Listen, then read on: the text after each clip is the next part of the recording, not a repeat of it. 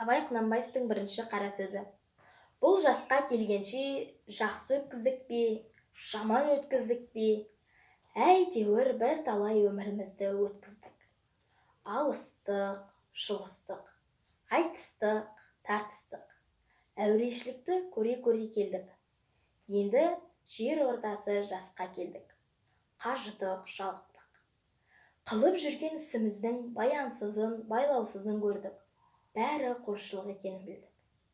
Ал енді қалған өмірімізді қайтып не қылып өткіземіз? Соны таба алмай, өзім де қайраным. Ел бағу. Жоқ елге бағым жоқ. Бағусыз дертке ұшырайын деген кісі бақпаса, не албыртқан көңілі басылмаған жастар бағам демесе, бізді Құдай сақтасын. Мал бағу. Жоқ, баға алмаймын. Балалар өздеріне керегінше өздері бағар. Енді қартайғанда қызығын түгел көре алмай тұғын ұры залым тілемсектердің азығын бағып беремін деп қалған аз ғана өмірімді қорқылар жайым жоқ. Ғылым бағу. Жоқ, ғылым бағарға да ғылым сөзін сөйлесер адам жоқ.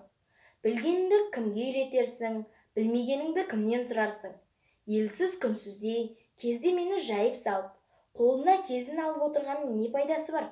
Мұңдасып шер тарқатысар кісі болмаған соң.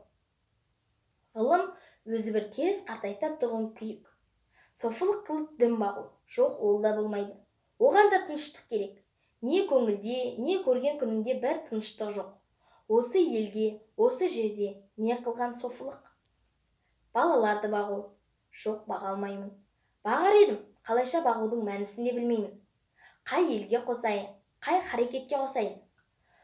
Балаларымның өздеріне ілгері өмірінің, білімінің пайдасын тыныштықпенен көрерлік орын тапқаным жоқ. Қайда бар, не қылдерімді біле алмай отырмын. Оны да ермек қыла алмадым. Ақыры ойладым, осы ойыма келген нәрселерді қағазға жаза берейін. Ақ қағазбен қара сияны ермек қылайын. Кім-кім ішінен керекті сөз тапса, жазып алсын, я оқысын, керегі жоқ десе, өз сөзін өзіндікі дедім де, ақыры осыған байладым.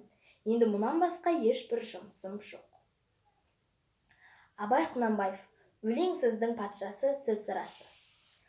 Өлең сөздің патшасы, сөз сарасы, қиыннан қиыстырар ерданасы.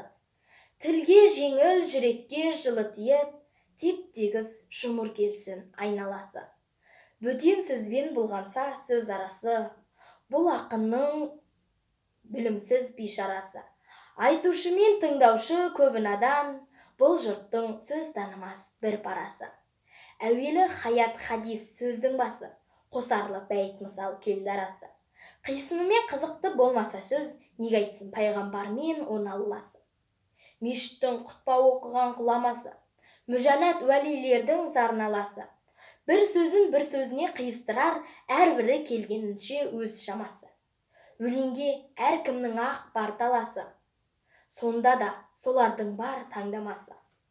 Іші алтын, сырты күміс сөз жақсысын қазақтың келістірер қай баласы. Бұрынғы ескі биді тұрсам барлап, мақалдап айтады екен сөз қосарлап. Ақындары ақылсыз надан келіп, көк жерді өлең қапты жоқтан қармап. Қобыз бен домбыралып топта сарнап, мақтау өлең айтыпты әркімге арнап. Әр елден өлеңменен қайыр тілеп, кетірген сөз қадірін жұртты шарлап.